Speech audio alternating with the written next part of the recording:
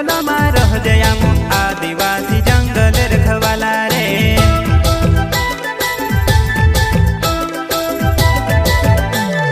चल जंगल जमीन काज पूजे रे आदिवासी दुनिया ने रखवाला रे।